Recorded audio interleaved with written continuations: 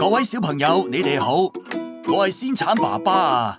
今日我會介紹外形圓圓、底部尖尖、皮薄多汁嘅水蜜桃俾大家。水蜜桃含膳食纖維，有助促進腸道健康。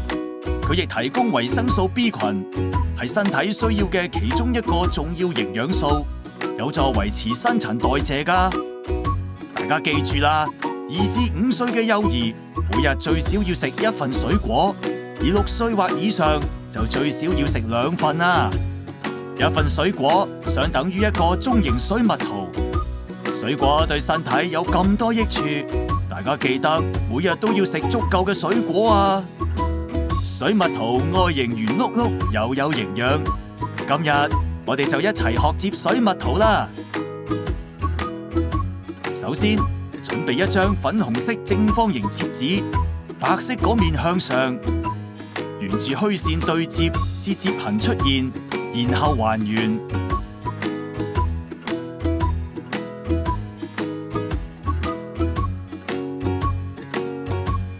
之後沿住虛線，跟住箭嘴方向對摺。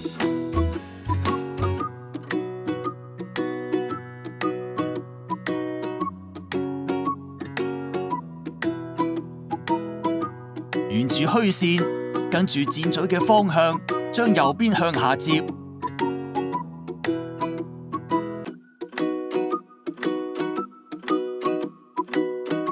沿住虛線，跟住箭嘴嘅方向，將左邊向下摺。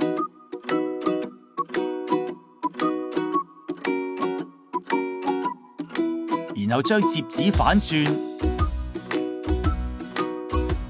沿住虛線，將左右兩邊向上摺。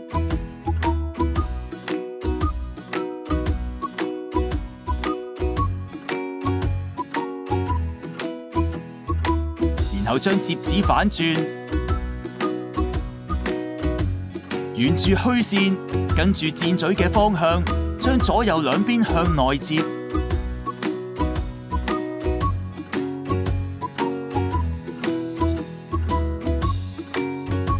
小朋友，而家畫面上見到左右兩邊各有一個白色箭嘴，跟住紅色箭嘴嘅方向，打開白色箭嘴指示嘅袋仔，再壓平，兩邊嘅做法都一樣。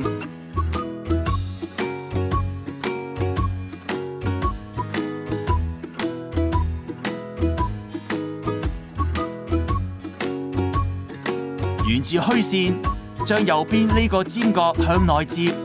用同樣方法，沿住虛線，將左邊嘅尖角向內摺。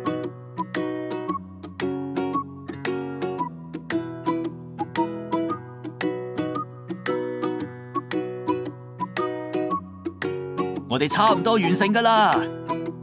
沿住虛線，將頂部向前摺，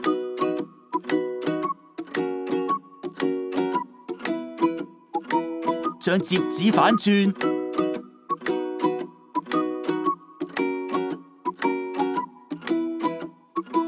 最後喺粉紅色位置頂部畫上水蜜桃嘅綠葉。